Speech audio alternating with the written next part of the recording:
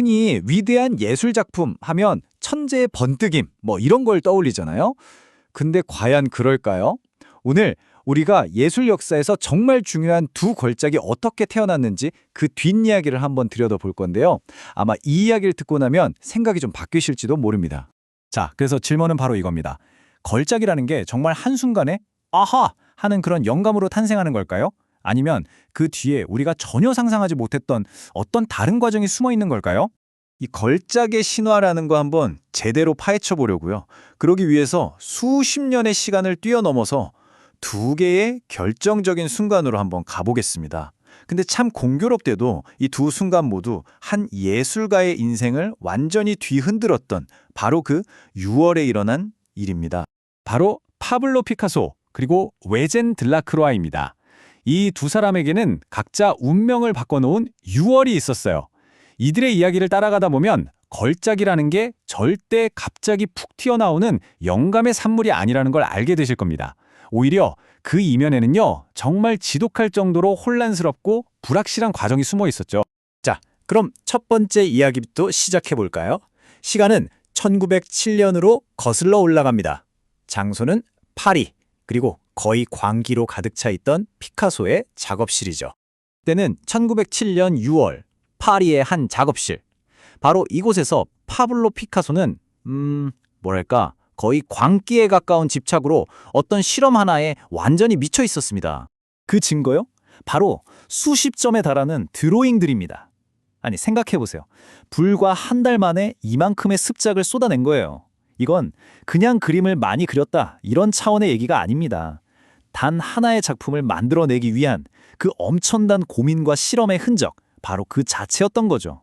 사실 그의 작업 방식은 창조라기보다는 파괴에 훨씬 가까웠어요. 기존의 아름다움 다 산산조각 내버렸습니다. 익숙한 사람의 형태 같은 건 매일같이 지우고 또 새로 그렸죠. 그리고 그 텅 빈 자리를 채운 게 뭐였냐면 바로 고대 이베리아 조각이나 아프리카 가면에서 볼 수 있는 그런 원시적인 형태들이었습니다. 그러니까 이 6월은요, 어떤 걸작이 짜잔 하고 탄생한 그런 달이 절대 아니었던 거예요. 오히려 그 반대였죠. 미술이 수백 년 동안 쌓아올린 자기 자신의 언어를 스스로 파괴하기 시작한 아주 격렬하고 고통스러운 첫 번째 달이었습니다. 자, 이번에는 시간을 좀 더 거슬러 올라가서 두 번째 이야기로 넘어가 볼게요. 피카소와는 정말 정반대의 방식으로 시대의 긴장감을 온몸으로 받아냈던 또 다른 예술가를 만나볼 시간입니다. 1830년 6월의 파리입니다. 거리는 온통 팽팽한 긴장감으로 가득 차 있어요. 하지만 아직은 폭풍전야의 고요함 같은 게 흐르고 있었죠. 혁명의 불길이 타오르기 바로 직전이었으니까요. 그때 상황이 어땠냐면요, 언론의 자유는 억압당하고 있었고 왕정에 대한 불만은 정말 부글부글 끓어오르고 있었어요.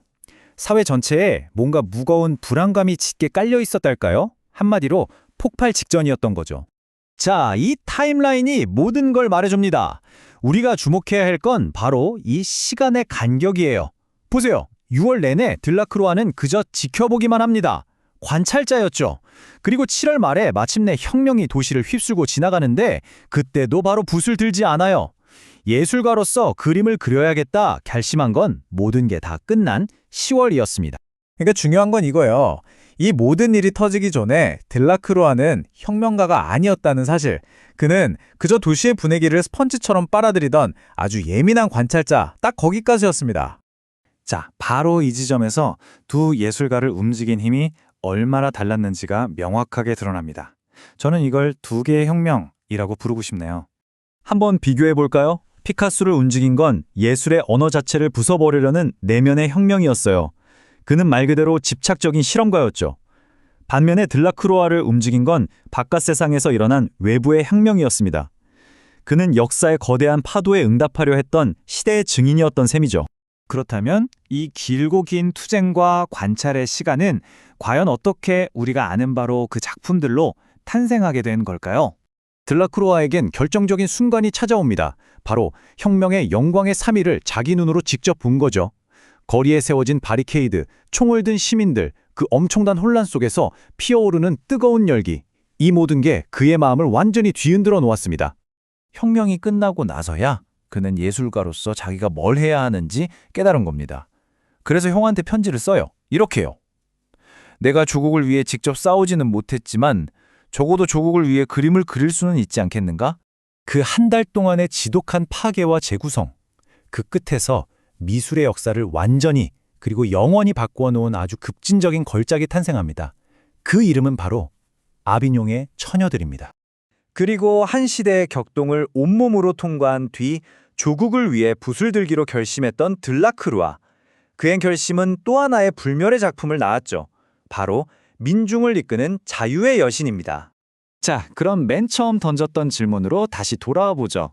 무언가 새로운 것을 만들어내는 데에 정말로 필요한 건 뭘까요? 천재의 머릿속에서 터져나오는 한순간의 번뜩임일까요? 아니면 부서지거나 변화하기를 기다리고 있는 이 세상을 향한 아주 길고 힘든 응시의 시간일까요?